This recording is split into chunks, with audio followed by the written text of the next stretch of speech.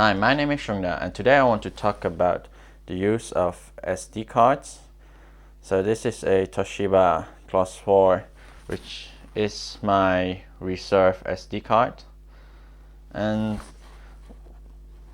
mostly I want to get some things out of, or some of the myths out of the room, because some people say that the class numbers is the speed of the cards, but mostly the class numbers is the bare minimum speed which they can run while reading and writing, and mostly you don't have to look at it.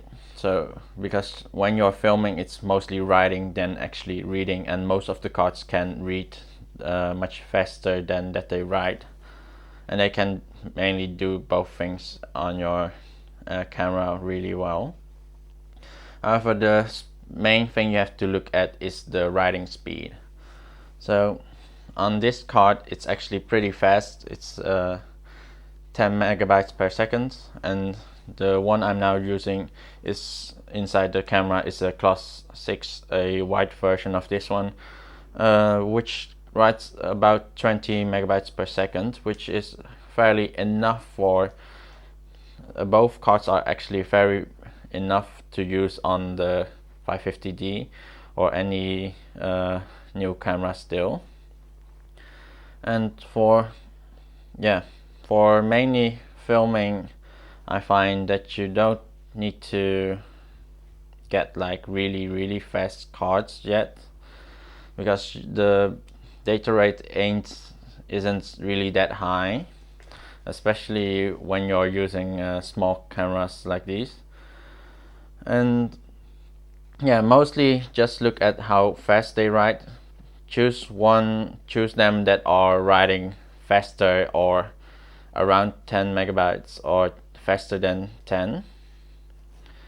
And mostly ScanDisk have some that writes like 45 or 30 megabytes per second. However, it's not, probably in the future you might need it, but at the moment with Full HD, even at 30p, you don't really need to have it that fast yet.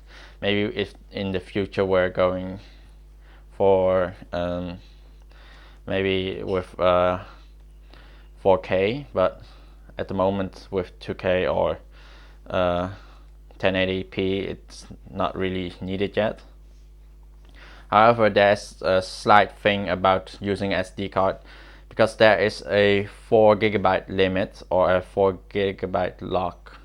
So when you're filming and you reach the 4 gigabytes, it will stop. So it's not something due to your camera, it's something that has to do with the SD cards. So on the Canon cameras, you probably have heard it, there's like a 12-minute limit, but it's not really a 12-minute, because it depends also on how colorful the things you are filming. Because also you can you can use Magic Lantern nowadays to use a higher compression to have a lower bitrate filming, so you can record longer than the 12 limit, or even like do the full half hour. But another thing, in the future we're going to use SDXCs, which are at the moment class that are used or are more than 32 gigabytes. So the SDXCs has a different format. These are a FAT32 format, and the new SDXCs are exFAT. There is like a small myth going on about that you can also format these cards to exFAT. I actually tried it. You can actually format them to an exFAT. However, it does not remove the 4 gigabyte limit, so it's quite useless to do it, because only few cameras actually support the SDXC format. So I can format this to a exFAT and then use it on my 550D. However, if I try to put this card to any other cameras with that does not support SDXCs, it would actually not start the camera or not even write anything on the card. So it's quite useless to format it that way.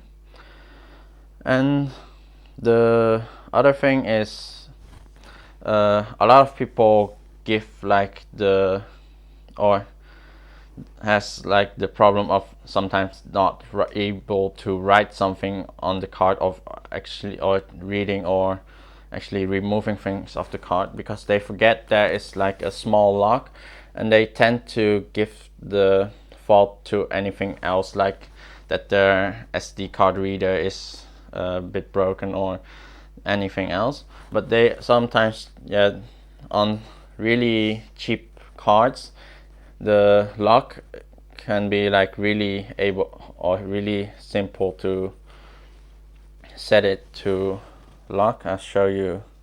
So now here the small yellow, here's a small yellow tab, it's now set on lock. And now to unlock. So some people have like really cheap SD cards, and they can like easily just by moving it and to that it would go to lock mode. However, I have to say, if you got like a really good build from a well-known brand, they are mostly not made to move on their own.